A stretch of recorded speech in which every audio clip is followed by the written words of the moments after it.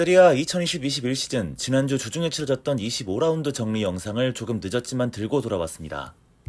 25라운드는 유벤투스와 스피지아의 경기로 문을 열었습니다. 유벤투스가 3대0으로 이번에는 깔끔하게 승리했습니다. 이번 경기도 쉽게 풀어가지 못했던 유벤투스, 하지만 후반전에 교체로 투입된 두 선수 모라타와 베르나데스키가 이 경기를 완전히 바꿔놨는데요. 투입되자마자 두 선수가 선제골을 합작해냈습니다. 그리고 반드시 한 번씩은 찾아온다는 베르나데스키의 그날이 돌아왔습니다. 전체적으로 활약이 참 좋았습니다.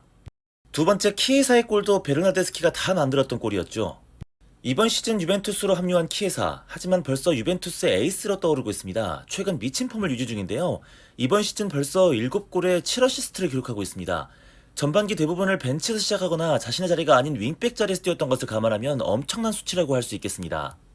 그리고 마지막으로 호날두도 최근에 아주 쾌조의 페이스를 유지 중인데 이번 경기 역시 호날두도 골맛을 봤거든요. 호날두 최근 5경기에서 5골, 가장 먼저 리그에서 20골을 달성했습니다.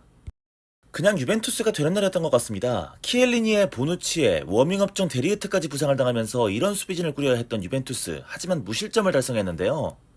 거기다 슈체츠니는 막판에 PK도 막아내버렸습니다. 다음은 사수올로와 나폴리의 경기가 있었습니다. 두 팀은 난타전 끝에 3대3으로 비겼습니다. 지난 경기 퇴장의 여파로 쿨리발리가 나오지 못했던 나폴리, 그래서였는지 전체적으로 수비진이 개판이 됐는데요. 먼저 가볍게 막시모비치가 자책골을 넣고 출발합니다. 하지만 지엘린스키가 곧바로 동점골을 집어넣었는데요. 이번에는 나폴리 수비진 중에 후사이가 PK를 내주고 맙니다. 또다시 실점 위기를 자초했죠. 그리고 베라르디가 깔끔하게 집어넣으면서 2대1이 됩니다. 나폴리는 저력이 있었습니다. 인시니의 어시스트로 디 로렌조가 골을 넣고 그 디 로렌조가 하라스렌에게 PK까지 얻어낸 겁니다.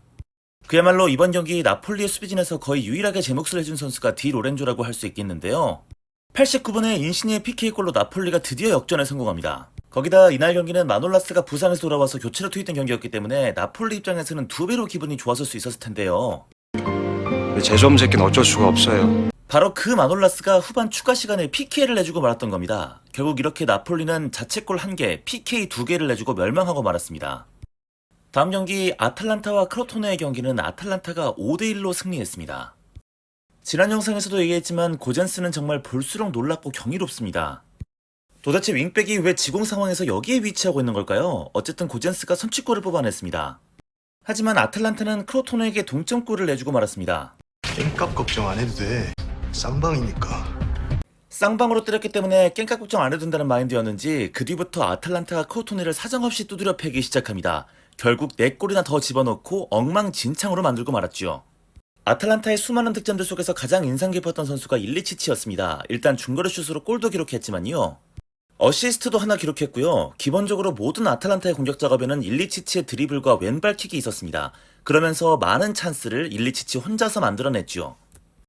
반면 크로토네의 새 감독으로 부임한 세르세 코스미 감독은 감독 부임 첫 경기에서 못 볼 꼴을 보게 됐습니다. 앞으로 코스미 감독이 위기에 빠진 크로토네를 어떻게 이끌지 기대가 많이 되는데요.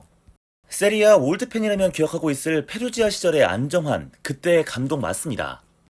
다음은 베네벤토와 베로나의 경기, 베로나가 3대0으로 이겼습니다. 윙백 파라오니의 헤더골로 먼저 앞서갔던 베로나였습니다. 거기다 운 좋게 상대 자책골까지 터지게 되는데요.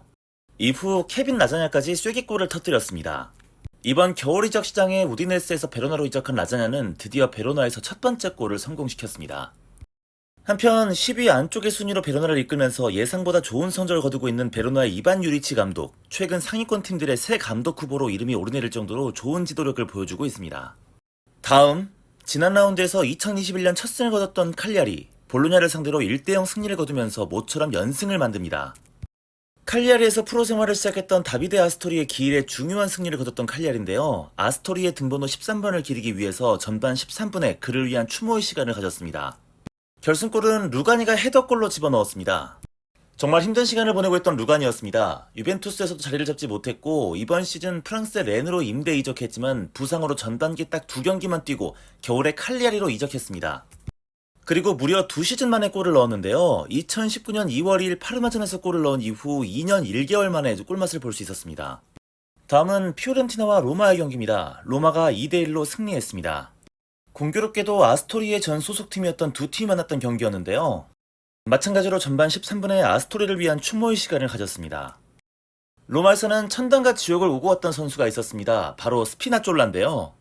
팀의 선취골을 스피나졸라가 뽑아냈었는데 이후 자책골을 넣어버리면서 동점을 허용했던 겁니다. 하지만 88번에 터진 디아와라의 골로 로마는 극적으로 이겼습니다. 한때 절정의 폼을 과시하던 미키타리안이 최근 정말 잠잠해졌는데요. 이번 경기도 조금은 아쉬운 경기였지만 그럼에도 불구하고 로마가 승리를 챙길 수 있었습니다. 그런데 로마에서 또다시 큰 악재 하나가 터지고 말았는데요. 드디어 디아와라가 폼이 어느 정도 회복돼서 좀 써먹어질만 하니까 이번에는 베레투가 부상으로 팀에서 이탈했습니다. 한 달 정도 경기를 뛰지 못할 거라고 하는데요. 긴 부상에서 쿰블라가 돌아올 때쯤 되니까 이바네즈가 장기 부상을 끊고 이탈했던 것처럼 타이밍이 아주 요상합니다. 이름하여 이제 거의 로마의 팀 컬러가 됐죠? 자동 로테이션. 와, 이거 진짜 골 때립니다. 반면 피오렌티나의 프란델리 감독은 1승을 찍더니 다시 연패 모드로 돌아서고 말았습니다. 다음 경기 제노아와 삼프도리아의 데르비델라 란테르나, 즉 제노바 더비는 사이좋게 1대1 무승부로 마감됐습니다. 자파코스타가 미친 속도와 슈팅으로 선취골 뽑아냈는데요. 삼프도리아의 토넬리가 헤더로 동점골을 만들어냈죠.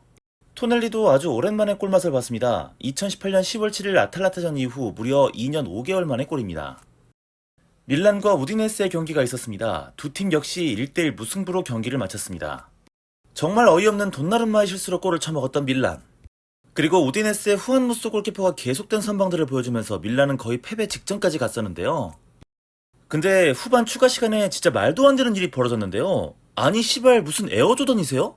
진짜 미친놈 같은 핸드볼 파울로 PK를 내준 겁니다. 이게 말이 되나 진짜? 병신 지랄 육갑을 떨고 있다고 전해요. 이렇게 얻은 PK로 밀란은 가까스로 승점 1점을 챙겼습니다.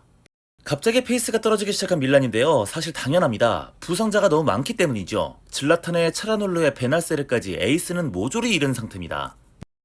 이번 라운드 마지막 경기는 인테르와 파르마의 경기였습니다. 인테르가 또 이겼죠. 2대1 승리입니다. 우리 체스 형이 다 해줬던 경기였습니다. 사실 전반전까지만 해도 아주 실망스러웠는데요. 답답한 흐름 속에서 귀중한 선취골을 뽑아내주더니 곧장 추가골까지 깔끔하게 차 넣어버립니다.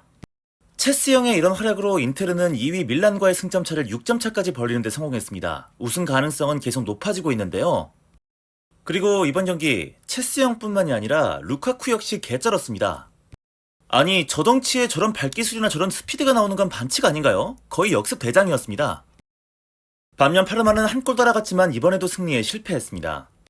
그리고 토리노의 코로나19 집단 감염이 번지면서 토리노는 2경기 연속 경기를 뛰지 못했고 라치오와 토리노의 경기는 치러지지 않았습니다.